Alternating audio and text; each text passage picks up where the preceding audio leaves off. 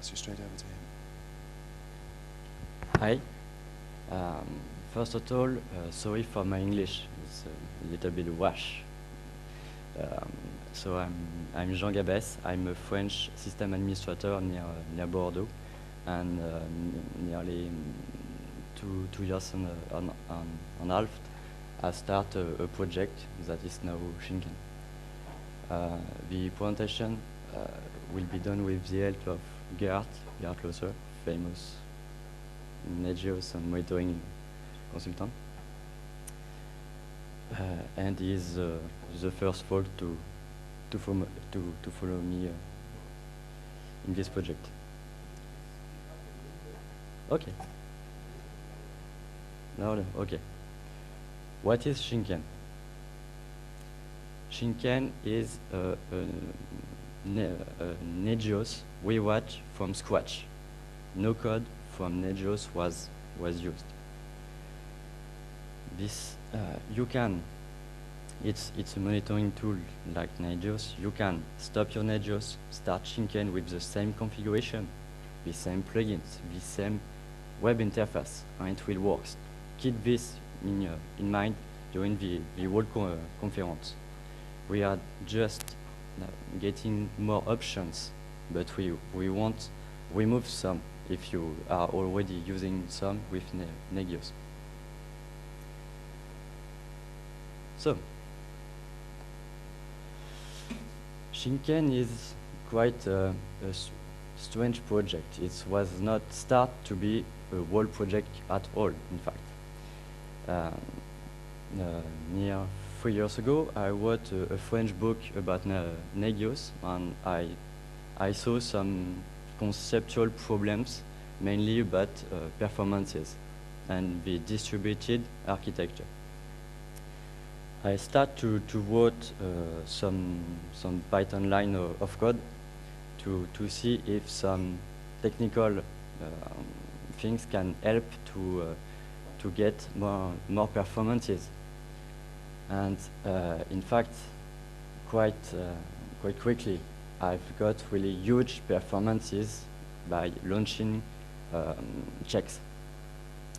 And with a little bit more works, it was also very easy to build a efficient distributed architecture with it.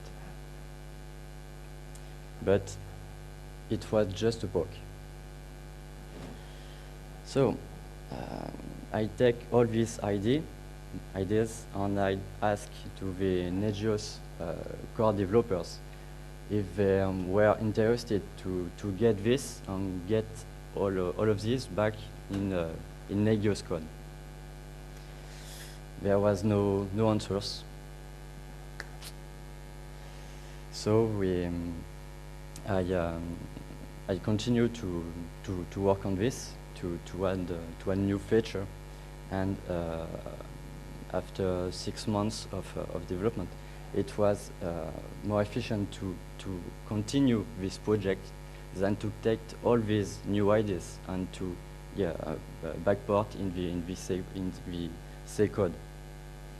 There was main ideas like process pools for enhanced performances and the very huge distributed architecture that was very hard to backport in C. So we asked officially in the Nagios Devel branch, in the Nagios Devel list, if we can have a development branch for Nagios, so we can mix the C code on the Python one after maybe 1 year or 2. Why not? But it was not accepted. Why not? So we had to start our own project.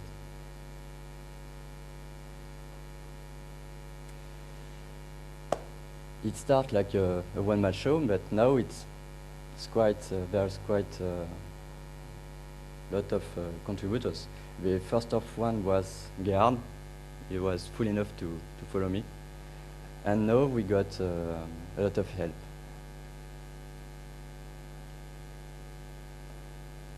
So I said that this code was in Python, and everyone will say, yes, Python is slow. Let's see. We will bench it. So we will try to bench with just the pure check launch. You take the core, no web interface, no database, just the core that launch checks. How many can they launch in 5 minutes? It's a quite standard server with check with 5-minute intervals, no brokers, just the core, and we try to search the maximum number of services we can schedule before getting the latency to explode.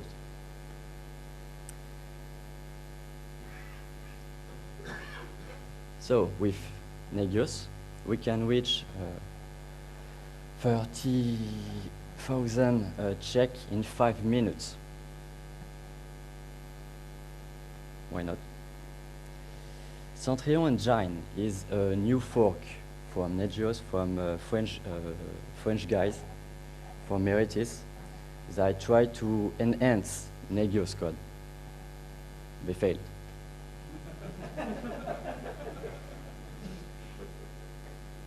Isenga, nearly like Nagios. No surprise. Shinken, quite better. So this was default Shinken. It did not use all these distributed features. It's just one monitoring node. So standalone Shinken. Yeah. So yes, if we did the same thing than the C code from Nagios, we will be slower, but we don't. There is conceptual flow in the Nagios code for launching checks. We remove them, we add pull processes, and we get great performance. A little bit more memory, but it's not really a problem. So, I also talk about the distributed architecture. In fact, in Nagios, it's a daemon for all worlds. You've got all in one daemon. In Shinken, it's the opposite. Each world got its own daemon. Why not? Where it can be really efficient is when you got some pullers that will launch checks. You have got one, but you can add 2, 3, how many as you want. The fact is, you don't see daemon as a server, but daemons are resources for your monitoring. You've got one big configurations, and Shinken will try to cut it in n small configurations that will be sent to the n resources. If you got more resources, it will cut into smaller parts and distribute it all over your resources. It's like a big cloud.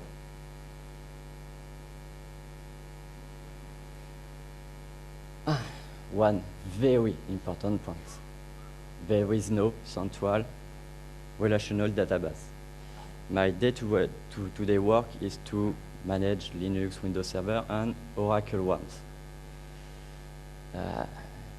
So every day I see that it just don't scale.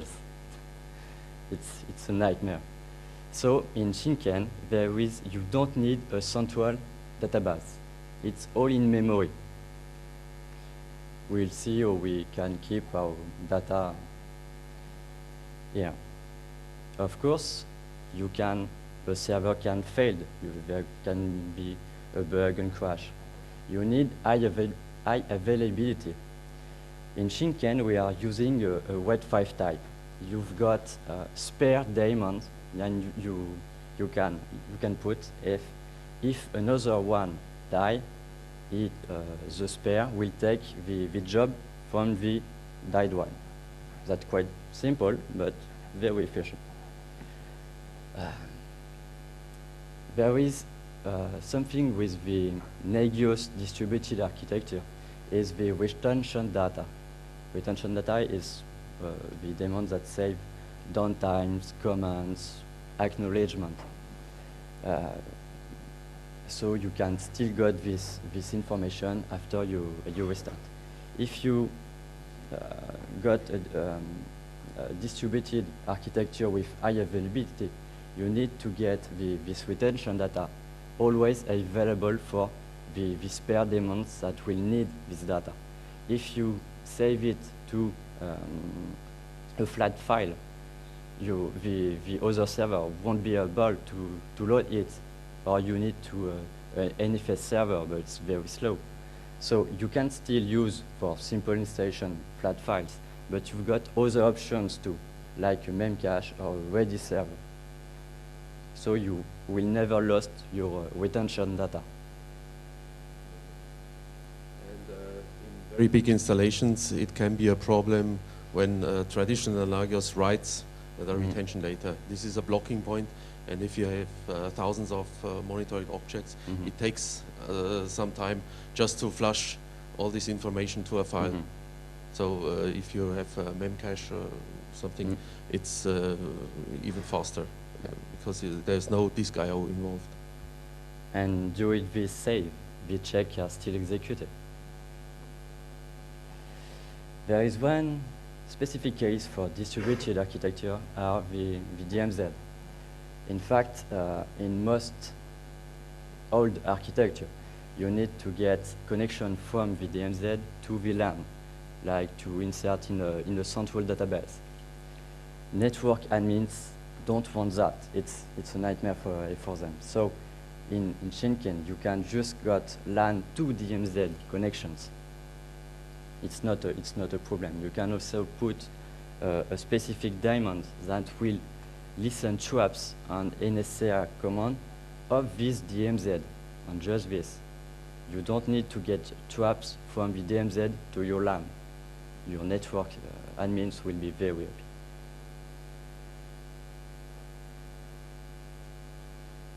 For the distributed feature, there is in fact 2 levels of separations. You can see you can get different big data centers. So each one will be quite independent from each others. Like if you got a distant site in China, it should be better to be independent. And you got inland distribution, like for the DMZ case. Of course, you can use both in the same time. You got a China data center, and in it a DMZ LAN. You can use both like you want. This is an example. You've got only one big configuration for your whole monitoring setup. The main daemon, the arbiter, will take it and cut it into your N resources daemons. And then he will send it to your daemons. You can here, in fact, you can choose to aggregate all your notification and data from all your data center if you want. If you really want database, you can, of course. But you can get a live statue modules with a SWAC interface if you want. You will get all your data about all the world in one place. The realm means you can group processes and daemons or resources into logical units which are isolated from each other. So you have one configuration, but in fact you have separate monitoring subsystems. And the realm is also an attribute for hosts. So this means when you have a host with the realm attribute US, it will automatically be assigned to the US sub-monitoring system. So, so you can control where are your hosts checked. And another example, if you don't want to aggregate all your data and notifications, it's just a two-line configuration change.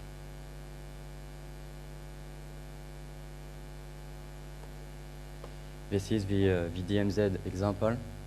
So you've got some diamonds here, like pullers. You can say that my host is in the DMZ, and so it will be checked by this puller. And if there were more, it will be used by one of them. Not a problem. You can have a spare here, of course. So it will launch checks, and the central diamonds will give him checks to do, and will get the results too. So your network connections is okay. And you can get a trap receiver, an NSA diamonds in this DMZ. All your traps will be sent to this one, and the central diamond will take all the traps and NSA commands and will hit them. So here again, good network connections. If you don't have already a Nagios or a Singa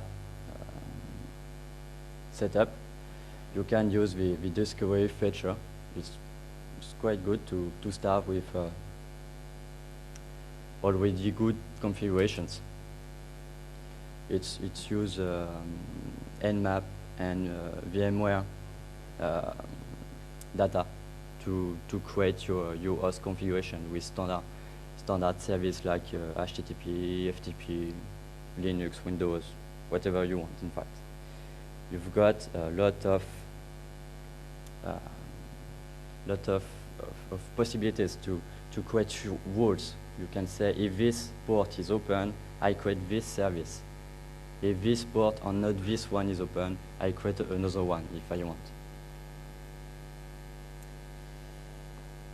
So this one for the purely technical part. It's important for us, but in the end, the end users don't see it. They don't care about the check to be launched on the DMZ or not in VLAN. They don't care at all. So let's try to see what is a 2D IT need, what is a standard environment, and what users want to see. You've got a classic setup with a distant site, firewalling nearly everywhere, virtualization, high availability, load balancing. You check from one point and your users are in another one point of view. With classic tools, it can be a real nightmare to monitor. It's not a complex environment. It's 2D environments. You don't have this today. Your user needs high availability, huge performance. You need to get that. Your monitor system need to follow this.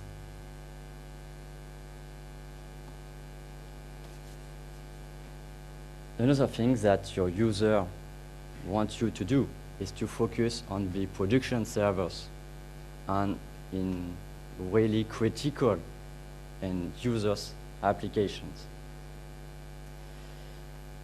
An admin will never run in its server room for a qualification servers down, of course, because some applications are more important than others. Production is, qualification is not. Your mail service is important.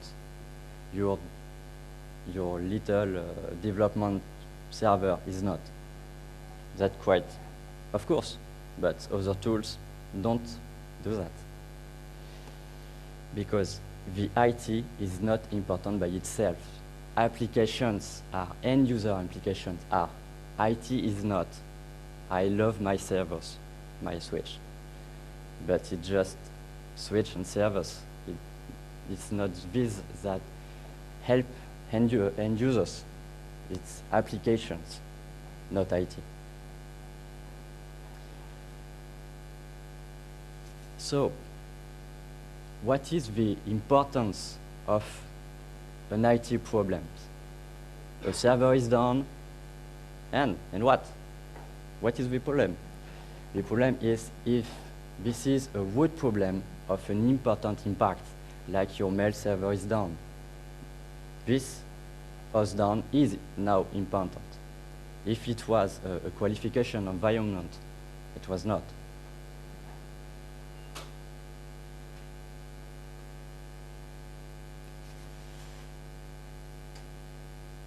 So you can't say that a server is important before you know what it can break.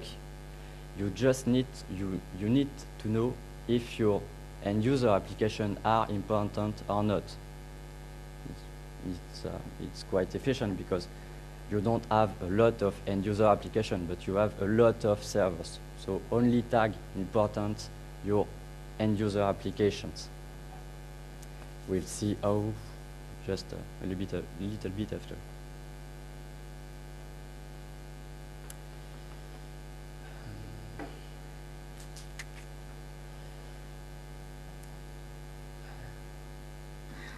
Your server is down. It makes the mail unavailable to your end users. So now this problem is important. It got an important value, an important business impact value. With it, you can now try to filter some notifications with this data.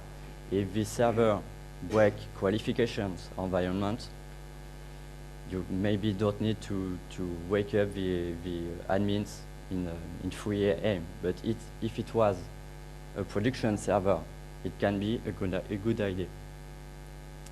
Of course, all applications are not important every time.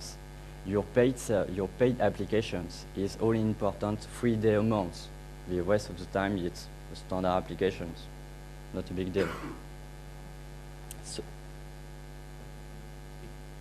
we are talking about from a technical view of a new attribute which you can attach to your hosts and services. This is called business impact, because in a normal Nagios environment, if your printer is out of paper, it's red. If your company website is down, it's red. So you need to know which one is more important. So that's why this new attribute was introduced, just to help you giving priority to things. We will see in the web GUI later. Mm-hmm. It can be used to sort things so that the really important things are shown up first. So you can even make the less important things invisible, because you just don't care about the out of paper.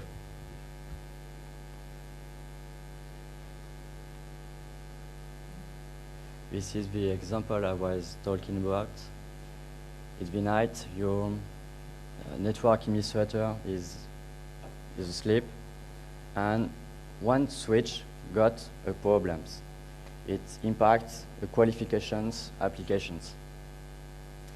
Shinken will compute the root problems importance, the root problem business impact. It will be qualifications once, not important. No SMS sent, your network admin can still sleep. The same switch, but this time, a productions application is down. Shinken will still compute the business impact importance of these root problems, and now it's the problem of the administrators. The notifications will go through filter, and the SMS will be sent.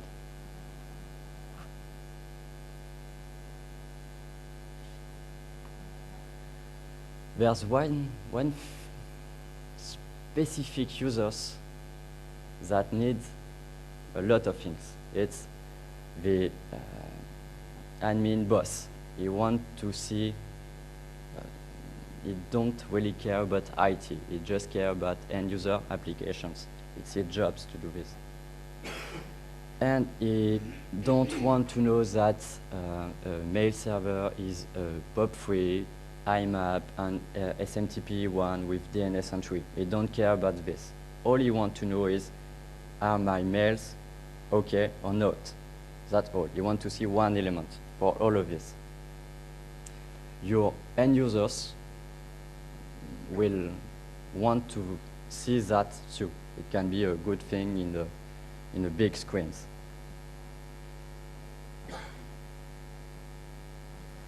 For this, you will need to get aggregation from some states, some end users application test to aggregate in one element with some standard rules, and or I need at least an element, some advanced way for managing even the degraded state. So you will say, yes, there is business process add-on. Yes, yes. But it's not in the core. So if you do this in the check part, you can't follow all the root problem impact analysis and the business impact tagging. You can't do this with just a check launch. You don't have all these informations.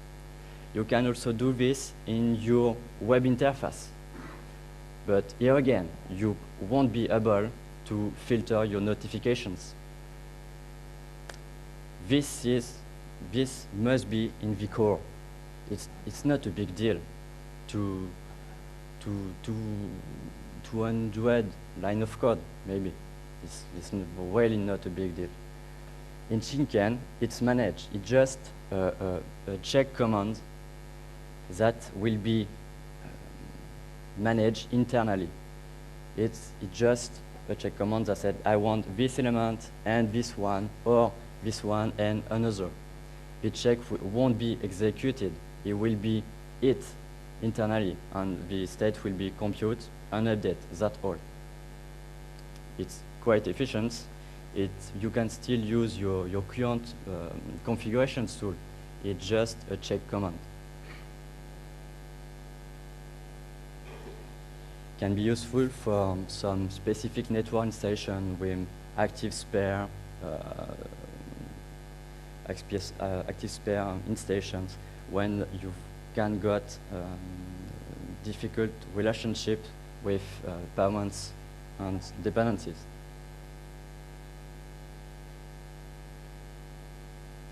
A sample example of these business rules. You've got a huge ERP like Oracle. I need to manage. You need to got at least one database, one HTTP server, and one load balancer active. That's all. Your administrator see this. Your boss see this. That's all. They don't want to see every details if there is no problems.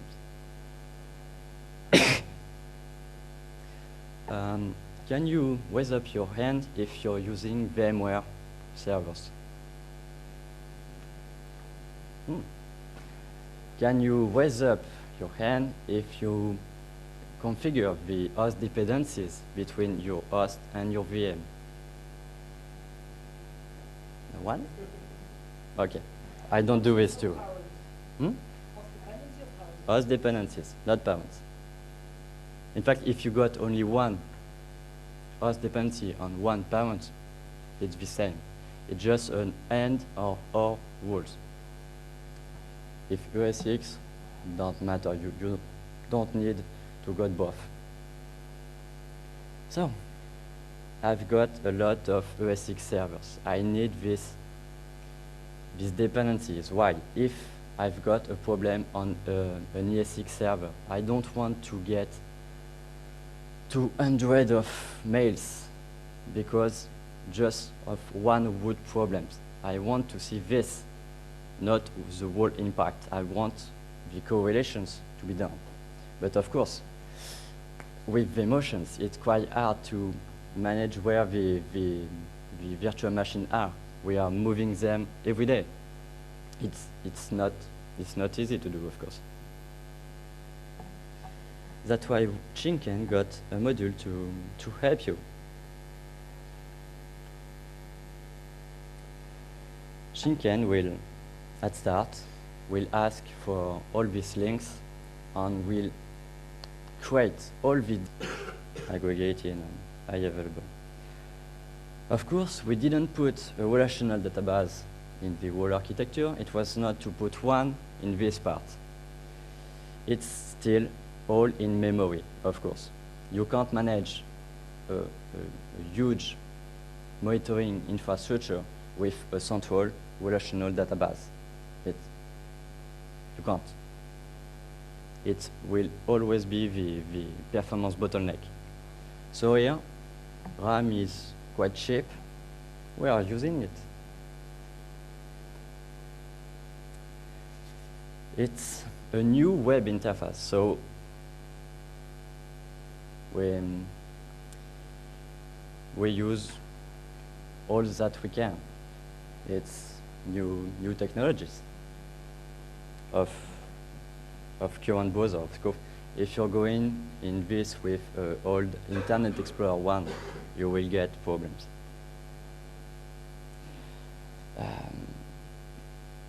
In nowadays web interface, there is too much information. Most of them are useless. In general, you focus on the state, when the state was reached, and one or two actions. But the latency check, the latency value, you are never looking at it.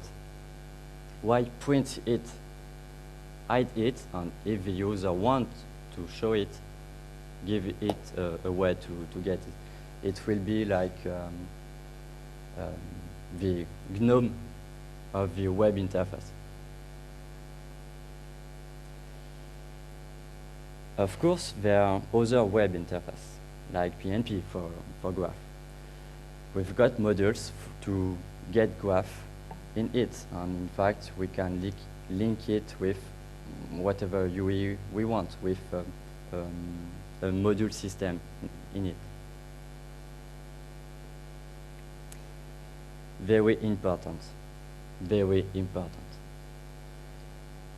I try with my own boss.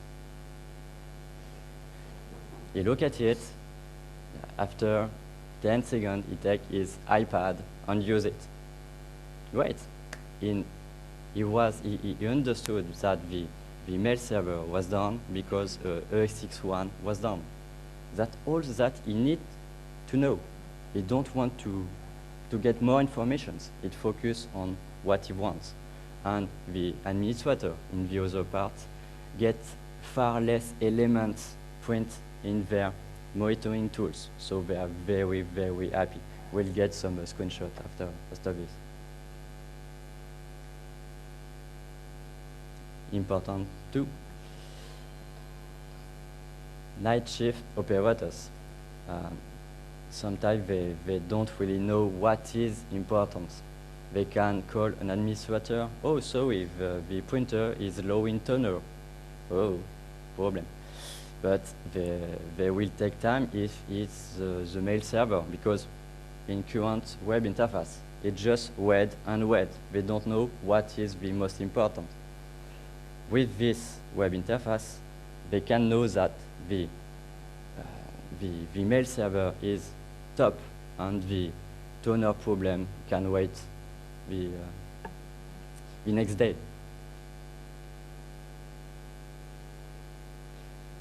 That's why for your boss and admin, but we already talked about it.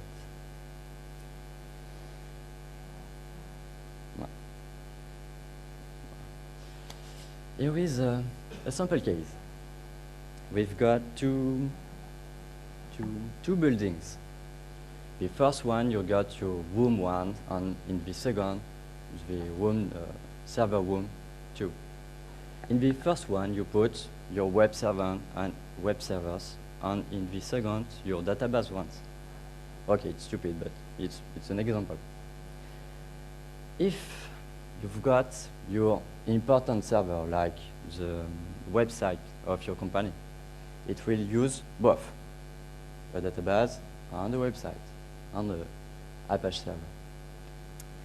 If you got a problem, a network problem, that the building number 2 is without connection. With nowadays web interface, you will see lot of web things like printers, database, switch, service. Lot of elements in the same element, in the same page. No one need to get all of this. A boss will just want to see the website is done because the switch is dead. And an admin will want the switch is dead and the boss won't be happy.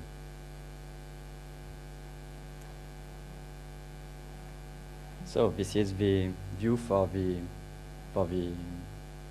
boss. They will only see end users applications sorted by business impact. And if there is a problem, they will know the root problems and the whole dependency trees. Here, you can get business rules, dependencies, other dependencies like in ESX server or network dependencies.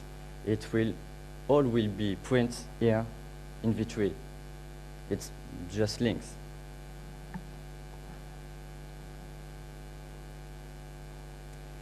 The administrator just want to see the switch is dead. That's all.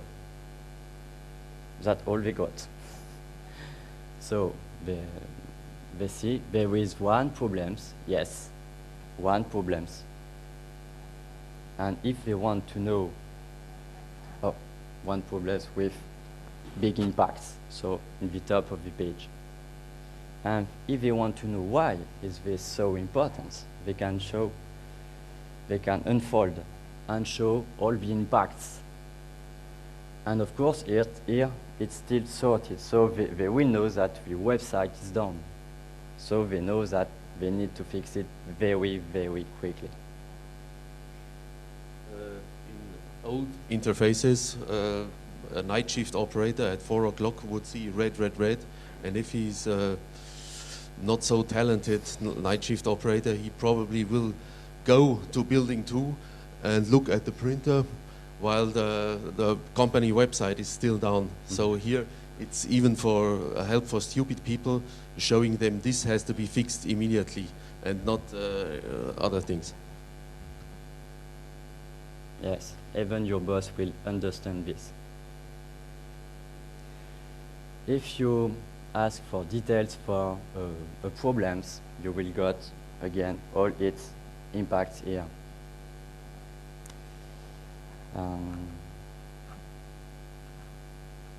If you look at an impact, like here your website, you won't see the impact, there is not it's an impact. So you will see the dependency trees. So you can see what is the root problems.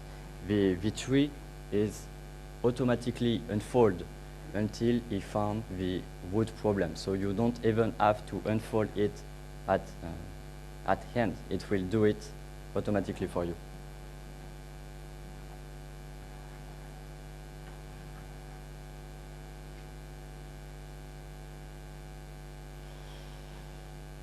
There is a view that can be used by boss and administrators.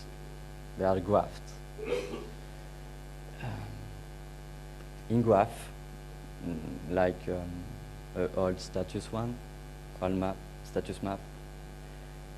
in the old status map, you only got network relations, only host and network problems. But now you've got nearly ES6 everywhere, so host dependencies are also important.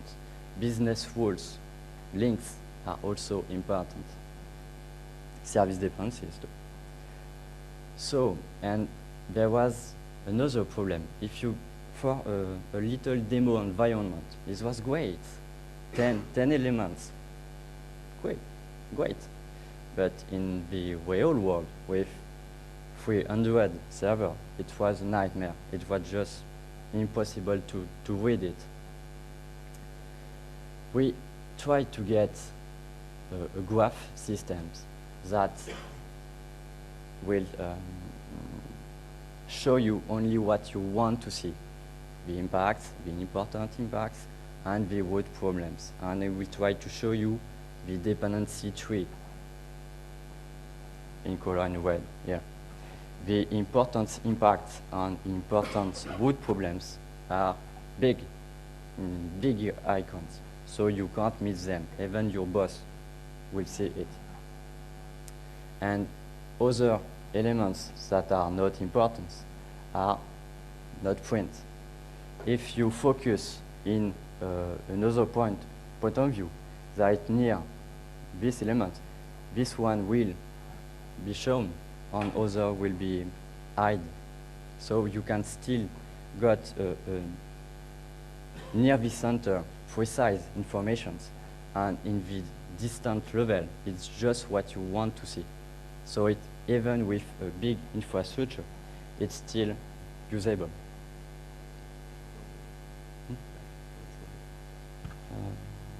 Back? Imagine this is my new tablet, and I want to acknowledge. That's And all. acknowledge. You have Most those gestures. modern gestures for your mobile devices.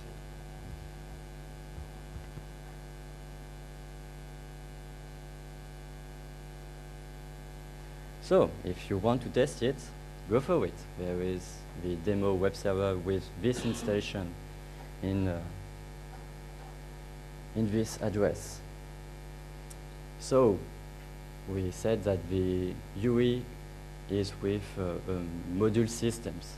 So, the first one we wrote was the PNP1, but if you got another graph systems, it's very, very easy to get it in this web interface. And like Shinken, it's in Python, so it's very, very quick to get something works.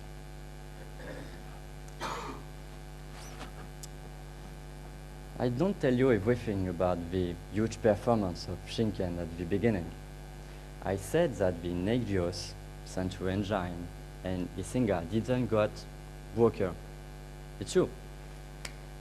Shinken got. In fact, the web UI was active. So the huge performance was with a web interface. So it's a bit little, but 120,000 service here. And the web page is very, very quick to get. It's nearly immediate. There is no database. There is no query. It's direct access to objects in memory.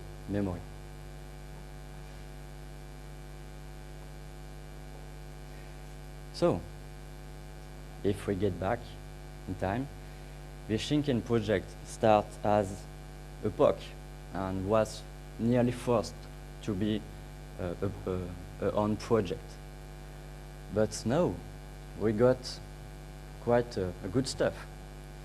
The distributed architecture is okay, and it's very, very good. Their performances are very incredible. There is a lot of improvement. I didn't have time to say it, like the notifications ways you can link to your contact, like if you got emails, the work, every times, and SMS alerts only the night. You've got one contact and two way of notifications. You've got a lot of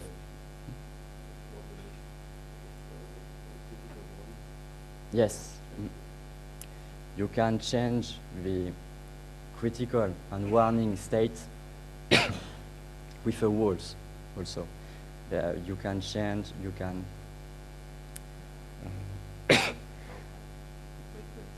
oh yes, maintenance periods. You we occurring. You can configure a maintenance period. All your services, for example, can have an attribute called maintenance period. So it goes automatically in a downtime every Saturday night or so. So you don't have to schedule your periodically always your downtimes you always have. You don't have to schedule them with a cron or something. You just have an attribute in the configuration. They've got also a lot of improvement for simplify the Nagios configurations. Like for the service dependencies or escalations, it was a nightmare to configure. Now it's very, very easy. Before. You have even something like a for loop in for service configurations.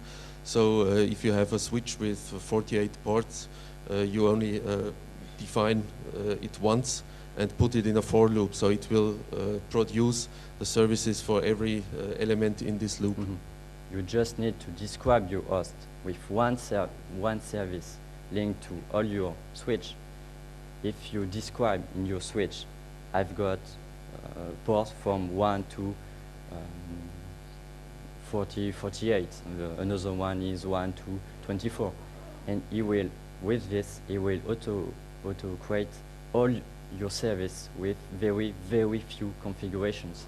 You just need to describe your host, and you will get all your services. Very, very efficient. And not only numbers, this could also be used for file systems, for example. Yeah. You have your host, you have a custom macro, /user, /opt, whatever, and then you can loop over this list of file systems, and it will create a service for each of them. So the UI is quite young. It's nearly three months since the start of the development, but it's quite good for visualization. The project, at the beginning, the project was focused on replacing the Nagios core. Okay, we got oligots, and even more. Now we are getting the step further. We go from the pure tools point of view, and we got to whole solutions with the web interface, maybe one day configuration ones, and something like that to help beginners to